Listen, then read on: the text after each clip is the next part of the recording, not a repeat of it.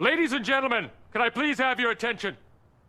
I've just been handed an urgent and horrifying news story. And I need all of you to stop what you're doing and listen. So this movie review will be for the 1957 classic, The Amazing Colossal Man.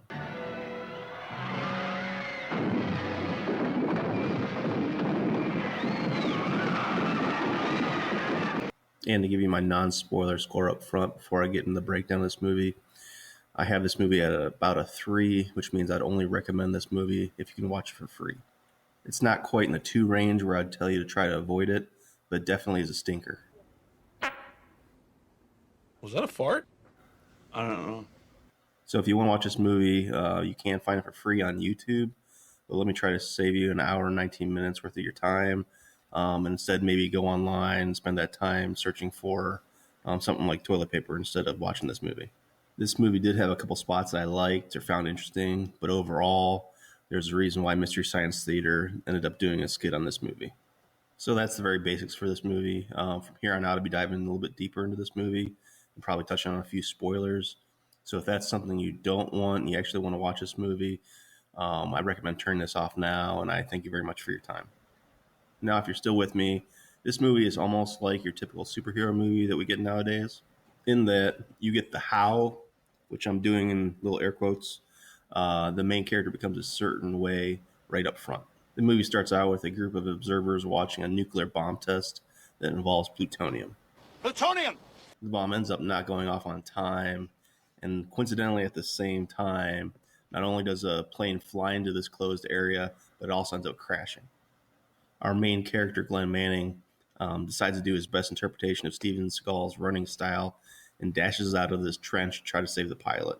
Of course, this doesn't work because the plutonium bomb ends up going off. Plutonium. Wait a minute. Are you telling me that this sucker is nuclear? Somehow, Glenn Manning is able to survive this, although he's severely burned, and he's obviously taken to hospital. The prognosis doesn't look good for Glenn, but out of nowhere the next day, he's miraculously regrown all his skin, which has everybody amazed. Wow. That's amazing. So then you think everything's going good for Glenn and his fiancee, Carol, but all of a sudden the government out of nowhere makes a U-turn and then tells Carol something along the lines of, we don't know who you're talking about. You know, we've never seen this person. I'm doing air quotes again. And Glenn's swept away to a different location. Right about here is where the interesting part of the movie kind of ends or tapers off. I liked it actually before this part. We had a little bit of drama with the bomb not going off, the mystery of how did his body heal. But from there on out, we kind of start going downhill. And we start off with Carol somehow managing to talk her way onto a secret base.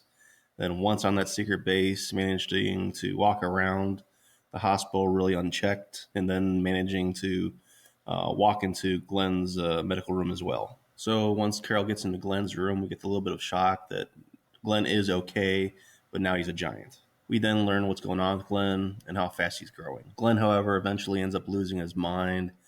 And of course, he wanders off the base, he eats some cows, and he also becomes a peeping Tom. During this, we find out Glenn's heart and body aren't growing at the same pace, and a solution needs to be found quickly or else Glenn will end up dying. A solution is found when a doctor successfully shrinks both a camel and an elephant, and this antidote is put into a huge syringe. However, the catch is not that they need to go find a huge syringe to be able to use to pull this off, but rather they just mysteriously have this huge syringe. They need to go fly out, find Glenn, and then use this syringe and stick him in the leg. And of course, as you would imagine, this doesn't go too well for the doctor. Just after the doctor administers this syringe into his leg, Glenn becomes pretty upset and ends up throwing it like a dart right into the doctor. From here, Glenn decides to do his best King Kong. He ends up snagging up Carol, and he takes her over to the Hoover Dam. He's then convinced to let her go, but he's almost immediately shot after putting her down, and he ends up falling to his death, kind of like the Emperor or Han Solo,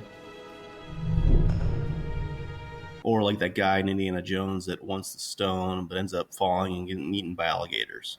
And that's literally the end of the movie. Nothing else. No surprises, no speech about some moral lesson learned, or even a dance fight. Just over. And I say just over, however, that is just over for this movie.